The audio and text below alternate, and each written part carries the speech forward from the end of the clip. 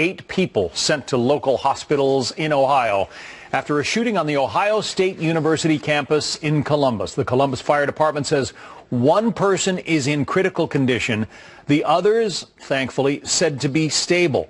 Ohio State University warning its students earlier via Twitter that there is an active shooter on campus and that those students should run, hide, or fight. Yeah, run, hide, or fight. That is the standard protocol for active shooter situations. It means run, obviously evacuate if at all possible. Hide if you can't get anywhere. Go silently out of view, or fight as a very last resort. Take action to disrupt or incapacitate the shooter if your life is in imminent danger. Use the help of the people around you. It is better in numbers, they always say. Police are on the scene. School has about 60,000 students, and then on top of that, some 45,000 employees. This all started about 1 hour ago when the university's emergency management office started sending out these tweets. Buckeye alert, said the first. Active shooter on campus. Run, hide, fight. Watts Hall, 19th and College. Watts Hall is a science and engineering building on campus. Then came another tweet. Buckeye alert. Continue to shelter in place. Avoid area of College.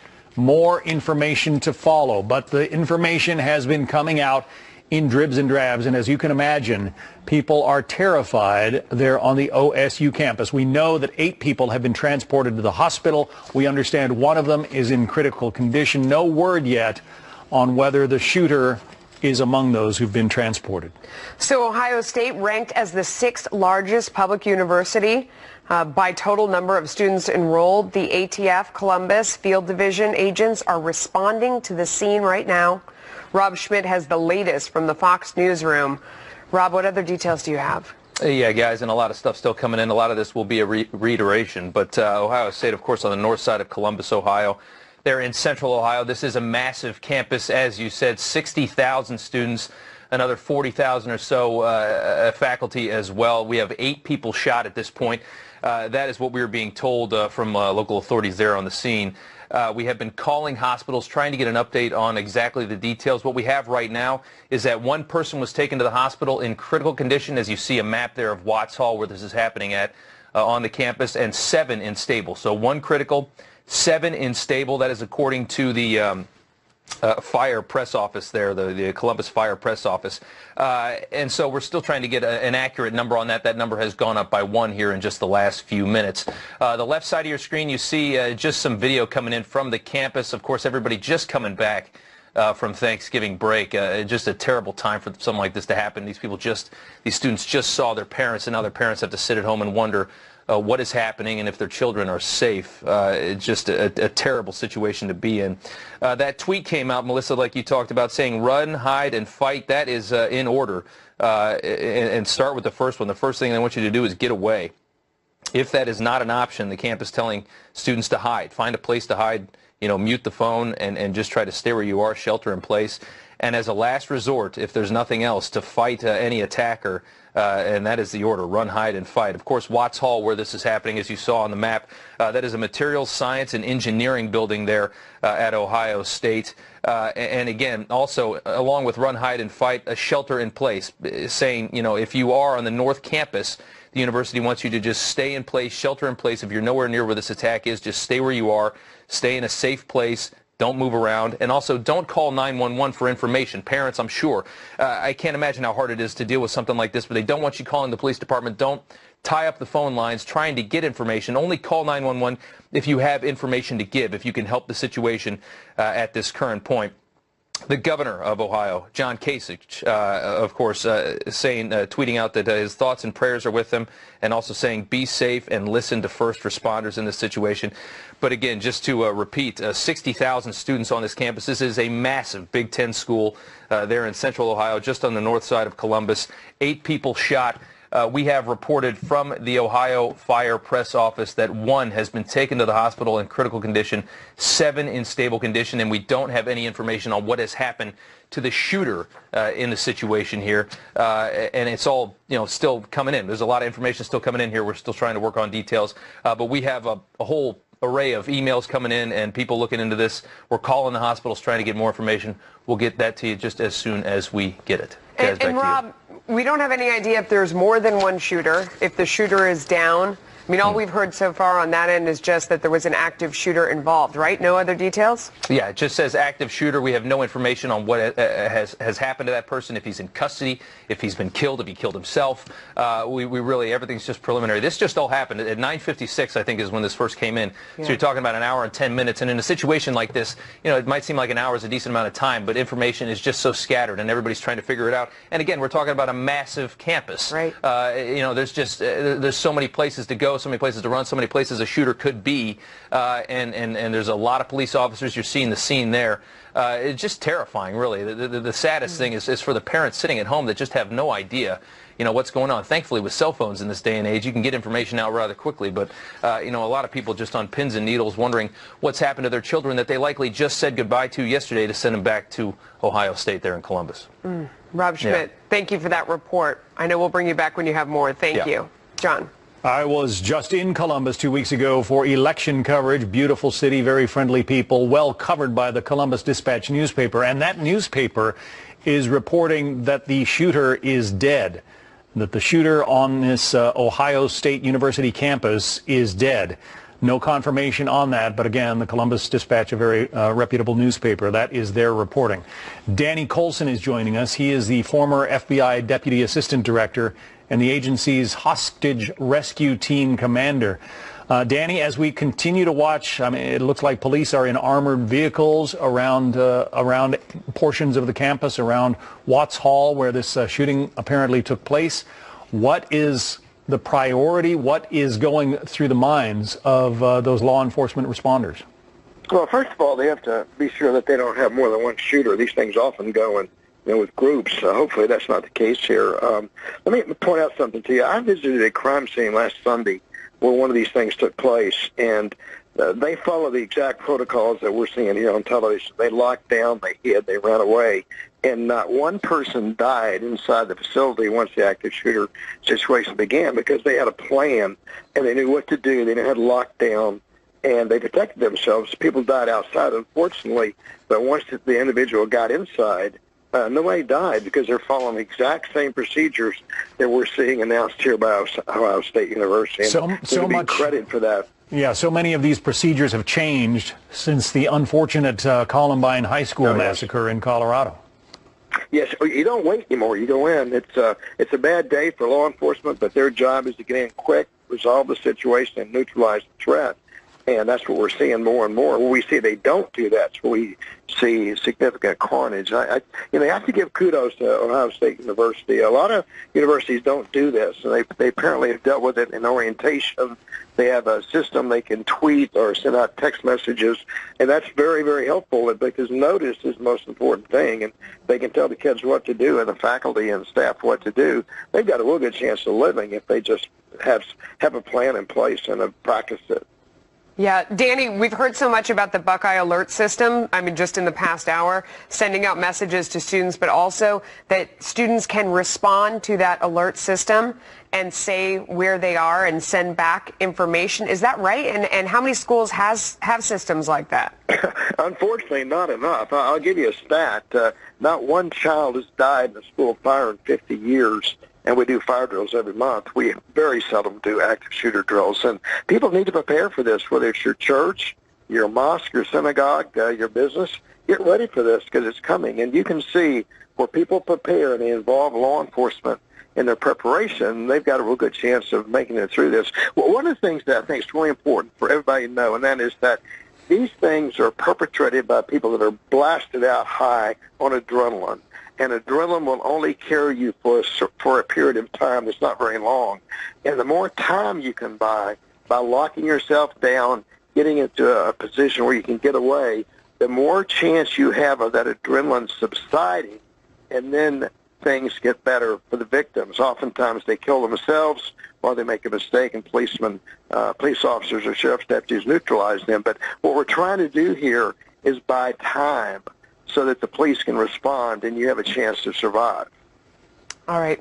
Danny, thank you so much for joining us. John. Joining us now, Mike Balboni. He is former director of the New York Terrorism Task Force. Mike, this doesn't seem to be a terrorist incident, or could it be? We have no idea right now what the motivations are. That's what everybody's trying to sort out. But as we know from, unfortunately, other situations in this same type of scenario, the priority now is to make sure everybody is safe, to lock down, to make sure there's no other threats that are out there. And then the forensic analysis begins. What was this person's motivation? What kind of weapons? How did they get the weapon? What is their digital footprint at home? Who have they been communicating with? What have their conversations been?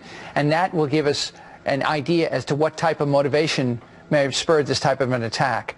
We have seen the footage in previous circumstances like this where, students who had nothing whatsoever to do with the attack are led out of the building, generally, at gunpoint with their hands up in the air or hands behind their heads. Explain why that is necessary in a situation like this. So it's essential when law enforcement comes and basically encircles the area where the active shooter has been reported, is to make sure that you control the area. That means people, obviously, no one's getting in, and when people come out, you want to evacuate everybody, but you want to make sure that the shooter is not among the individuals who's coming out.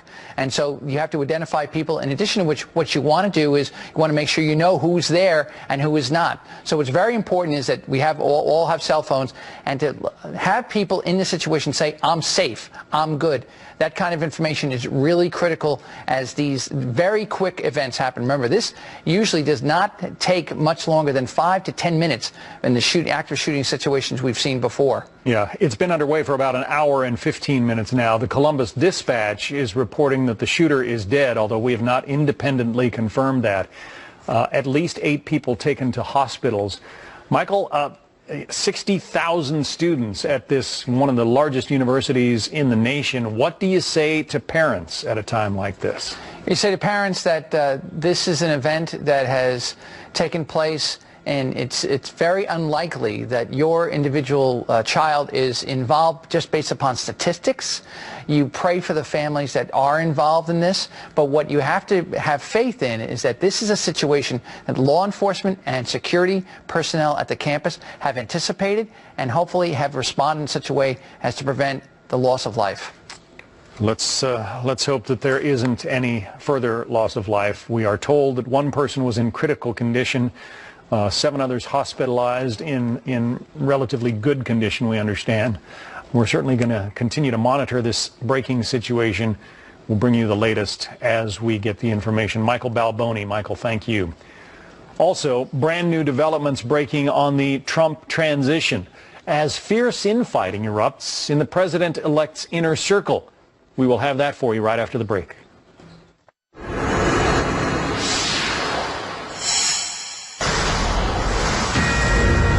Brand new information. Oh, go ahead, John. Fox News alert for you, Melissa. We're getting brand new information about the situation on the Columbus campus of Ohio State University. A second station now reporting that the shooter is dead. WBNS, the CBS affiliate in Columbus, is saying that the shooter is dead and that police killed that person. We also had that report earlier from the Columbus Dispatch that the shooter is dead. We understand that a total of 8 people have been transported to the hospital as a result of an active shooting situation on the campus of one of the largest universities in the nation, Ohio State University. 60,000 students attend there, and it has been a terrifying return from Thanksgiving break. This has been underway for a little more than an hour, about an hour and 20 minutes. But again, a second news media outlet reporting that the shooter is dead. As we get more information, we'll bring it to you live on Happening Now. And in the meantime, brand new information on the Trump transition as fierce infighting erupts in the president-elect's inner circle. A parade of high-profile faces appearing today at Trump Tower as President-elect Trump fills out his administration. His choice for Secretary of State, though, still up in the air. Trump's senior advisor, Kellyanne Conway, speaking out strongly over the weekend against Mitt Romney. Peter Ducey is live at Trump Tower here in New York. It's hard to imagine that Kellyanne Conway was going rogue there. It seems like she must be up to something. There's a method to this. Tell us more about what you know today. We have some more news to share with you, Melissa, and that would be that later on today, the retired General David Petraeus will take the elevator up to the 26th floor in Mr. Trump's skyscraper for a meeting. And then tomorrow, Mitt Romney is coming back. Now, first, about that Petraeus meeting, it does come just a few days after he told BBC Radio that he would take a position in the Trump administration because he says if the commander-in-chief asks you to serve, the only answer is yes, Mr. President. There still are many vacant high-profile cabinet jobs available. That does include Secretary of State, and the advisor who has been the face of the transition for the last 2.5 weeks, Kellyanne Conway, is also now the face of dissent within. Add her to the list of people who really don't want Mitt Romney to be the Secretary of State. That is a list that is growing. The list of people who are inside and say that they do want Mitt Romney from the Trump transition team, a lot shorter. Melissa? All right. Thank you so much for that report, John. So for more on all of this, let's bring in Brett Baer. He, of course, is the anchor of Special Report. Kind of interesting, Brett, what's going on when you have the campaign manager, Kellyanne Conway, going on television and just publicly criticizing her boss's potential nominee to be Secretary of State, Mitt Romney. What do you make of all of this? John, good morning. I tell you, Kellyanne Conway is smart. She's very smart. It is hard to believe that this would be her getting over her skis on this issue, talking about the reaction of the base to a selection of Mitt Romney as Secretary of State. If you look at her tweets, all that she's said since, it's, again, hard to believe that she doesn't have at least some blessing from the inside that this has happened. We'll have to wait and see. Obviously, these meetings happening in Trump Tower are key. David Petraeus is a significant meeting today, and then Mitt Romney coming back tomorrow.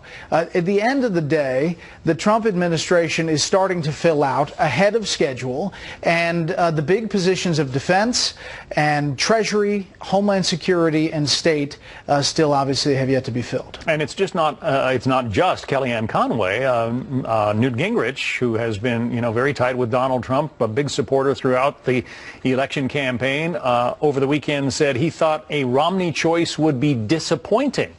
So again, another high-profile, very well-known advisor saying don't pick Mitt Romney for the job. Yeah. Well, I will just say to you, there is that sentiment out there because of all the things that Romney said on the trail during the campaign. But remember that Donald Trump knows how to orchestrate things for the most attention and knows how to really talk to the media about things, and don't be surprised if this is a reveal of something else. I think you have to watch this closely. I don't think Kellyanne Conway is ahead of her boss that much. We will look for more on Special Report tonight. Brett Baer, the anchor of that program. Brett, thanks. We'll see you. All right, when we come back, we are going to give you any updates on developments in this situation going on at Ohio State University. We know 8 people have been transported to a local hospital. Police in the area saying they have killed at least 1 subject. We do not know if that means that there is another involved. But again, 8 people taken to the hospital. When we come back, we're going to update you on the very latest developments there. A Fox News alert from the campus of Ohio State University, where an active shooter, we're told, has been killed by police. That's what 2 media outlets are reporting there. Whether there might be more than 1 shooter involved, though, we do not know yet. You can see the scene is still very chaotic. 60,000 students told to run, hide, or fight. When we get more information on exactly what's transpired there, we'll bring it to you live. 2 days of tributes begin today in Cuba following the death of Fidel Castro, beginning this morning with a 21-gun salute. Steve Harrigan joins us live from Havana with more. Steve. Melissa, the cannons rang out here in Havana at 9 a.m. sharp, but really hours before dawn, tens of thousands of Cubans were already lining up in the darkness to pay their final respects to Fidel Castro, the man who ruled this island nation for 49 years. We've seen very little public emotion on the streets. Most people guarded in this police state, but the government taking firm control over the mourning process, shutting down any concerts or festivities, also even knocking out birthday parties during this 9-day memorial period. Castro's ashes will be moved across the country to the east to the city of Santiago. That's where he began the Cuban Revolution in 1953. 90-year-old Castro leaves behind his brother, 85-year-old Raul Castro. He's really been in power now officially for 8 years, ruled for the past 10, and some questions on whether he'll try and accelerate the pace of economic reform here in Cuba now without his brother looking over his shoulder anymore. Also, a big question now remains for U.S.-Cuba relations. They have thawed under the Obama administration, reopening the embassy after 50 years. Will that continue or be reversed under President Trump? Melissa, back to you. It will certainly be interesting to watch. Thank you so much, Steve Harrigan. So Fidel Castro is being mourned in some segments of the Cuban population, as his death is also celebrated by Cuban exiles in America who had to flee that country when Castro came to power in 1959.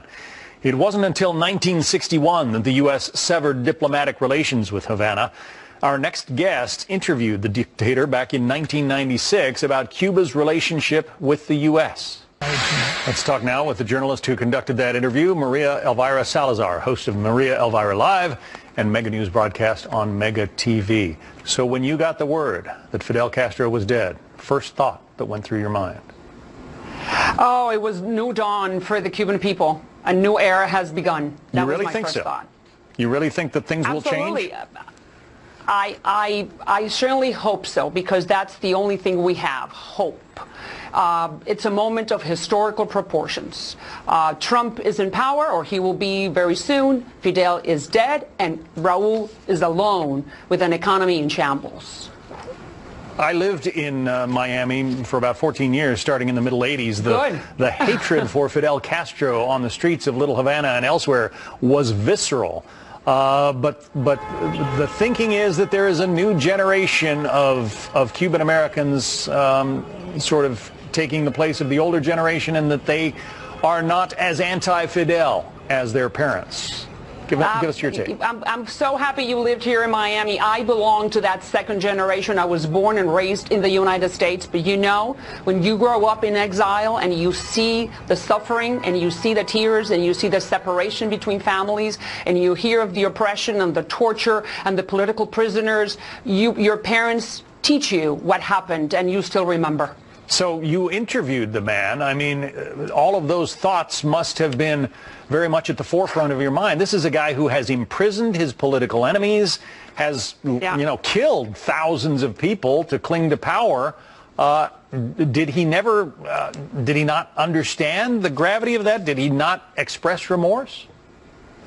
Well, yeah, it's true. I was the only Cuban American. It's very easy, or it's easier for Castro to have given an interview to somebody that was American or Italian, but he was talking to the enemy, so I'm very proud of that. It took me 3 years to get that interview. He didn't know whether I was going to say exactly what you were telling me, that he's a dictator and that he was torturing people. I was trying to be a journalist, and I was trying to be very much impartial and in the middle. But absolutely, I was thinking, when I was facing him, you know what I was thinking of? I was thinking of the rafters. We have thousands and thousands of people that have died or disappeared in the middle of the Florida Straits, eaten by the sharks because they are trying to escape. And those are the same rafters that are trying to get to the Florida coast today, as I'm sure you're reporting.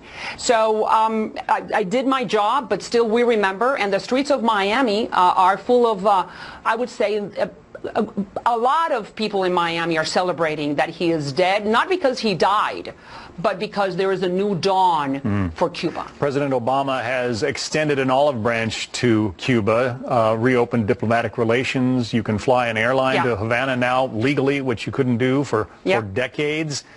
Will any of that be undone, should any of it be undone, by the incoming Trump administration?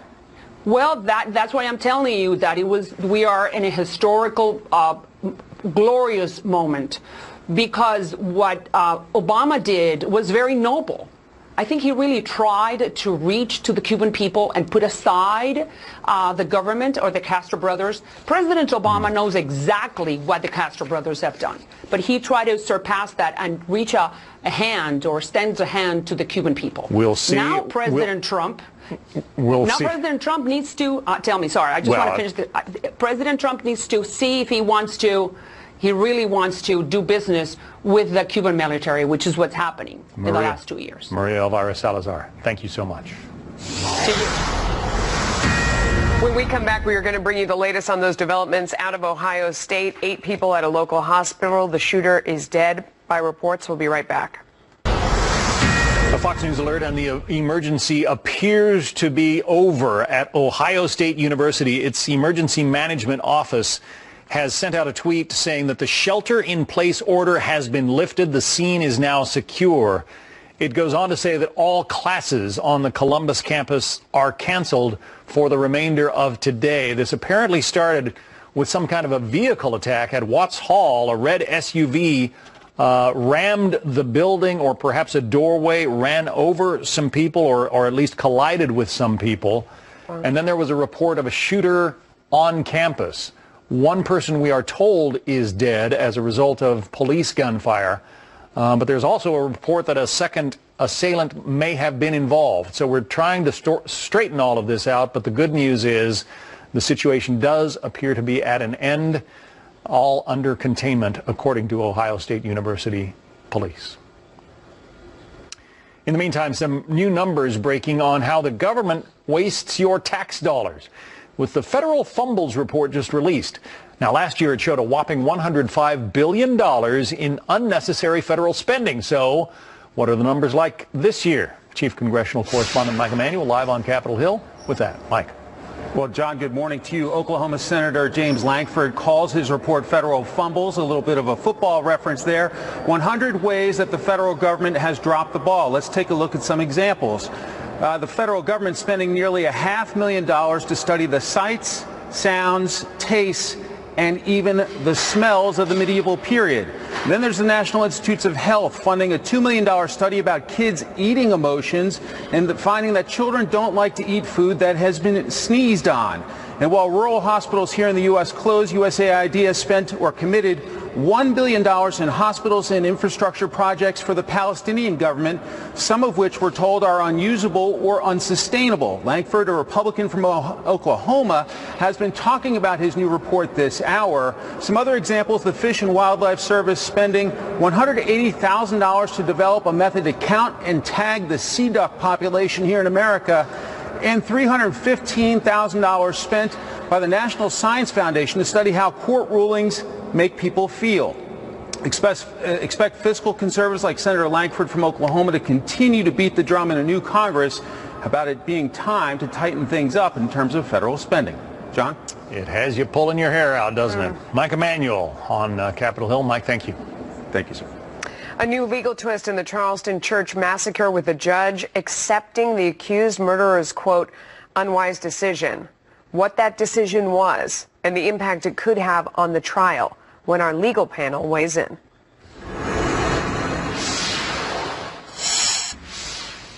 Tensions growing over President-elect Trump's consideration of Governor Mitt Romney to be Secretary of State, especially within Mr. Trump's inner circle. His former campaign manager going on a media blitz over the weekend as she publicly questioned the idea of such a harsh critic of Mr. Trump getting a top position in his administration.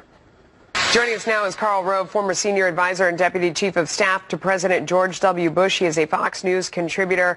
Karl, so great to have you. You know, she has so much discipline. She was so on point through the whole campaign. It is impossible for me to believe that she's just gone rogue hating on Mitt Romney. I mean, there's a method to this madness. What do you think it is? Well, we don't know, but you're right. There are two explanations for this. One is that it's authorized, that Mitt Romney has said, go out and do these things. Actually, that Donald Trump has said, go out and say these things about Mitt Romney. Let's hang him out to dry. I had a meeting with him. We talked about making him Secretary of State. Let's hang him out to dry, and I'll go with somebody else, and we can attribute it to grassroots influence.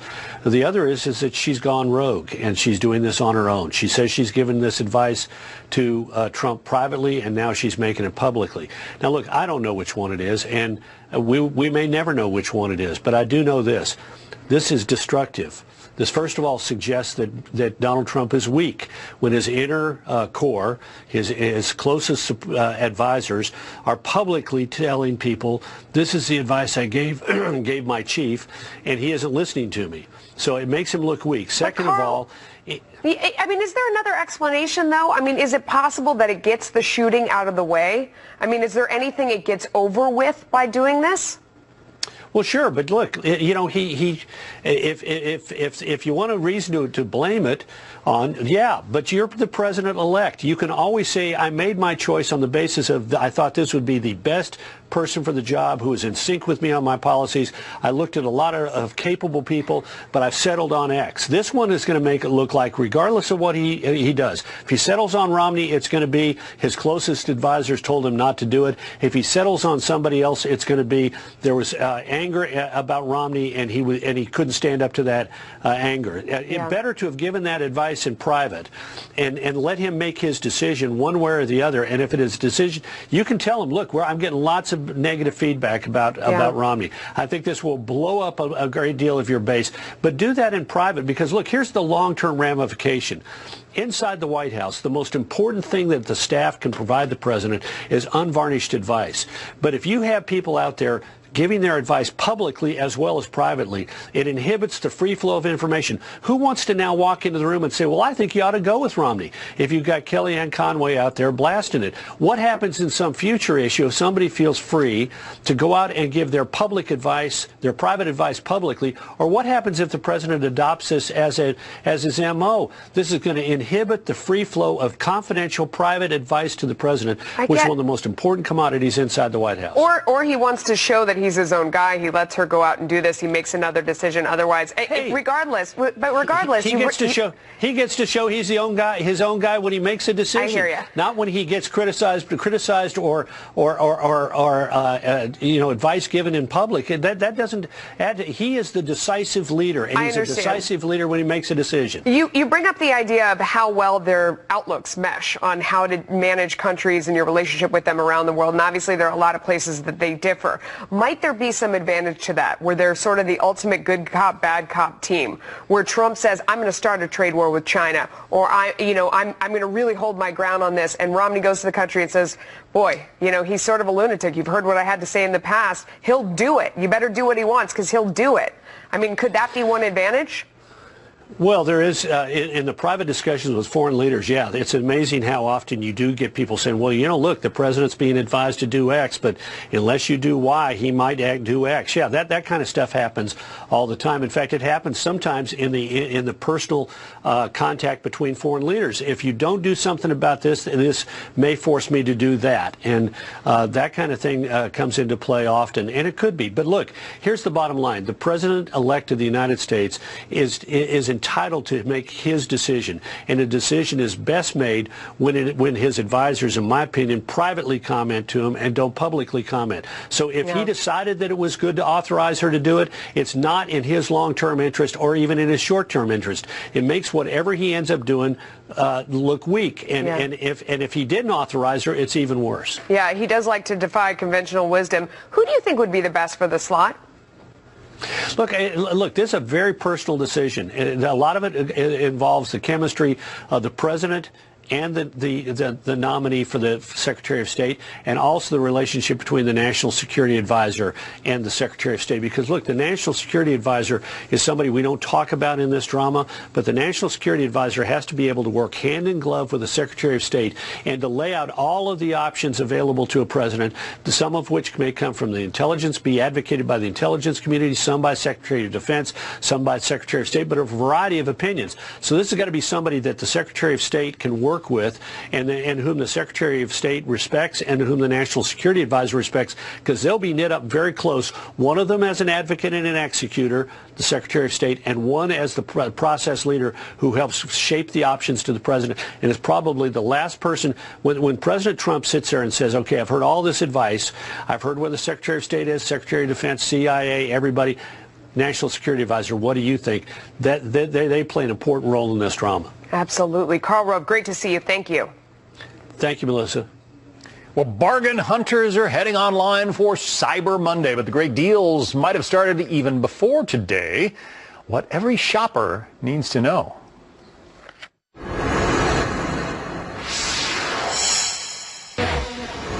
Cyber Monday is well underway as consumers look for the best digital deals, but the event may be in danger of losing its exclusive title, with more retailers offering online deals long before the Monday and after Thanksgiving, and businesses are also offering those same deals in their stores. G. Marks is a small business advocate. He is owner of the Marks Group, a business consulting firm. He is also a columnist for the New York Times and for Forbes. So I have to tell you, the most annoying thing I noticed over the weekend, like 108 million other people, I went shopping online over the weekend. Today dawned and the same stores were sending me notices of deeper discounts. So by shopping over the weekend, I hurt myself. Am I alone? Yeah, let's just give it up. We can't figure it out, can we? I mean, we're never going to know when we're going to get the best price. You know, it's funny. I think you and I will be talking a few years from now, and we'll be like, do you remember that thing called Black Friday and Cyber Monday? Remember what those things were? It's all going away is what I'm expecting to happen. I mean, you know this as well as so many of my friends, my business associates. We shop for stuff before Thanksgiving, and there are deals being done. We don't have to necessarily wait for Cyber Monday. Sure, some retailers are holding off on some big discounts until then, but really you can get a lot of discounts way before then. Black Friday as well. I mean, sales were down, in-store sales throughout the country on Black Friday. People are shopping more online, and retailers are realizing this. They are responding to this so that they can maximize what their sales are. No, and it does seem like it's moving in that direction. I mean, we did go out on Black Friday. My kids insisted. They, you know, it was like they were all excited. We've heard about this. We want to go to a store. I tried to tell them it was going to be awful because it would be so crowded. We went to Best Buy. It wasn't so bad. No, we stood online for about a second, which I think was all hype to make people on the street think that Best Buy was packed, but we got right in. There was not a lot of people there. I mean, was that the experience all over the country? It was. And, you know, here's what's going on in retail in America. It used to be back in the day, everybody would go to the stores, like in a Christmas story, right after Thanksgiving to do shopping. Then e-commerce came along, and that was the big thing over the past 10 or 15 years.